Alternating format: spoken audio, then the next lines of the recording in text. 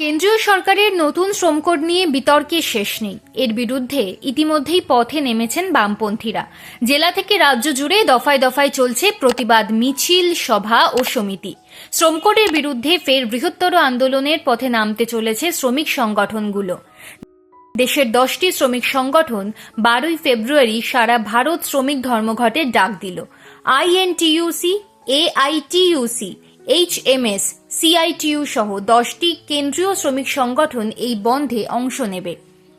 রাজ্য ও কেন্দ্রীয় সরকারি কর্মচারী সংগঠন, যারা কোনো কেন্দ্রীয় শ্রমিক সংগঠনের সঙ্গে যুক্ত নয়, তারাও এই আন্দোলনের সঙ্গে যুক্ত হবে বলে জানা যাচ্ছে।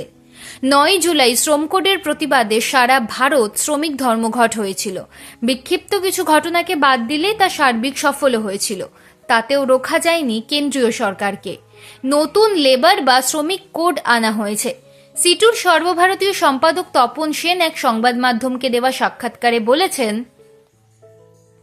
এই শ্রম কোড আসলে গণতান্ত্রিক ব্যবস্থার উপর জোরালো আক্রমণ। শ্রমিকদের অধিকার কেড়ে নেওয়া গেলে সব লড়াই থামিয়ে দেওয়া যাবে, তাই শ্রম কোড আনা হয়েছে।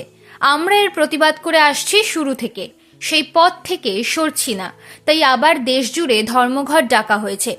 ইলেকট্রিসিটি অ্যামেন্ডমেন্ট বিল 100 দিনের কাজের নাম বদলে বিকশিত ভারত গ্যারান্টি ফর রোজগার অ্যান্ড আজীবিকা মিশন, সংক্ষেপে ভিবিজি, রামজি করা হয়েছে।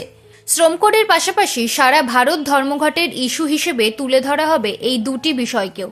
তপনবাবুর কথায়, আগের বিলটাকে পুরোপুরি বদলে দিয়ে প্রশাসনের ইচ্ছে অনুযায়ী কাজ পাওয়া যাবে। এতে জব গ্যারান্টির প্রসেসটাই শেষ হয়ে যাবে।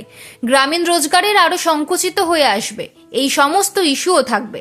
আমাদের পরিকল্পনা এটাই যে আগামী দিনে আরও বৃহত্তর আন্দোলনের পথে যেতে হবে। শুধু দেশের শ্রমিকরাই নন, এই ধর্মঘটে অংশ নেবেন কৃষকরাও। কৃষক সংযুক্ত মোর্চা ইতিমধ্যেই চিঠি দিয়ে জানিয়ে দিয়েছে এই আন্দোলনে তাঁরাও অংশ নেবেন। অর্থাৎ আন্দোলনের বহর যে বাড়বে তা নিয়ে কোনো সন্দেহ নেই। সিটু তো বটেই, সর্বভারতীয় মোট 10টি শ্রমিক সংগঠন তাই চাইছে।